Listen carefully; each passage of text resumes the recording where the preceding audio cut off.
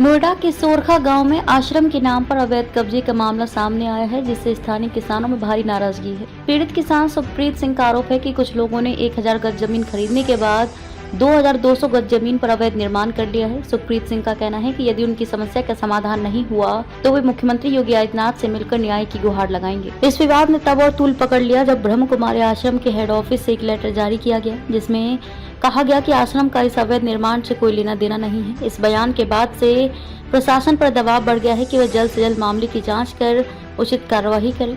सुखप्रीत सिंह ने इस मामले में न्याय की मांग की है और अवैध कब्जे के खिलाफ कड़ी कार्यवाही की उम्मीद जताई है। अब देखना यह है कि पुलिस और प्रशासन इस मामले में कब और कैसे कार्यवाही करते हैं, ताकि पीड़ित किसान को न्याय मिल सके और इस विवाद का समाधान हो सके। इस मामले में ब्रह्म कुमारी आश्रम का नाम सामने आ रहा है, लेकिन आश्रम ने तुरंत ही एक पत्र जारी करते हुए इस अवैध कब्जे से खुद को अलग कर लिया है। आश्रम ने साफ किया कि उनका इस अवैध निर्माण या जमीन कब्जाने वालों से कोई संबंध नहीं है। इस पत्र के बाद इलाके में हड़कंप मच गया है और अब सभी की नजरें जिला प्रशासन और पुलिस की कार्यवाही पर टिकी है। पीड़ित किसान सुखप्रीत सिंह जिला प्रशासन से इस मामले में न्याय की गुहार लगाई है। उनका कहना है कि अगर जल्द ही इस समस्या के समाधान नहीं हुआ तो वे मुख्यमंत्री योगी आदित्यनाथ से मिलकर शिकायत करेंगे। सुखप्रीत सिंह ने आरोप लगाया है कि सोरखा गांव में श्रीकांत, भीमसेन, ऋचा गर्ग और ममता ने मिलकर आश्रम के नाम पर उनकी जमीन पर अवैध कब्जा कर लिया है। ब्रह्म कुमारी आश्रम के हेड ऑफिस से जारी पत्र में कहा गया है कि इस अवैध निर्माण से आश्रम का कोई लेना देना नहीं है और उन्होंने जिला प्रशासन से मामले की जांच कर कड़ी कार्यवाही करने की मांग की है।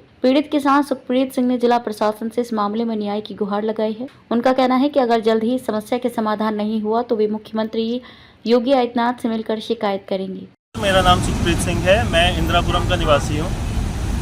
सोरखा गांव में मेरी एक ज़मीन है जिसे मैंने ब्रह्म कुमारी आश्रम को बेचा था।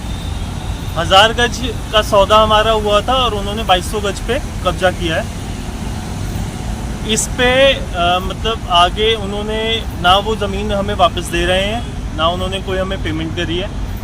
मैं दर दर भटक रहा हूँ, हर जगह मैंने अपील कर ली है, मेरे को इस चीज़ का कोई सॉल्यूशन नहीं दिया जा रहा है।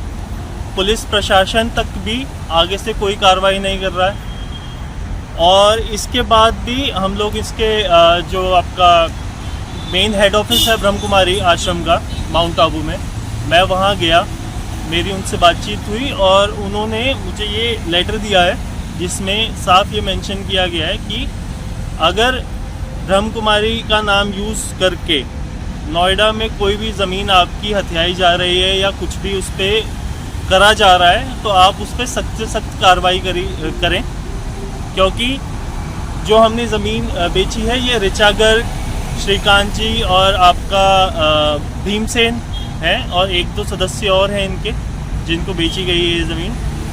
तो उनका कहना साफ ये है इनके हेड ऑफिस का कि ये लोग हमारे आश्रम में नहीं है, हमारे सदस्य नहीं हैं। तो अगर ये आपकी ज़मीन कब्जा रहे हैं तो आप इन पे सख्त कार्रवाई करें, जिसकी मैंने कोशिश भी करी।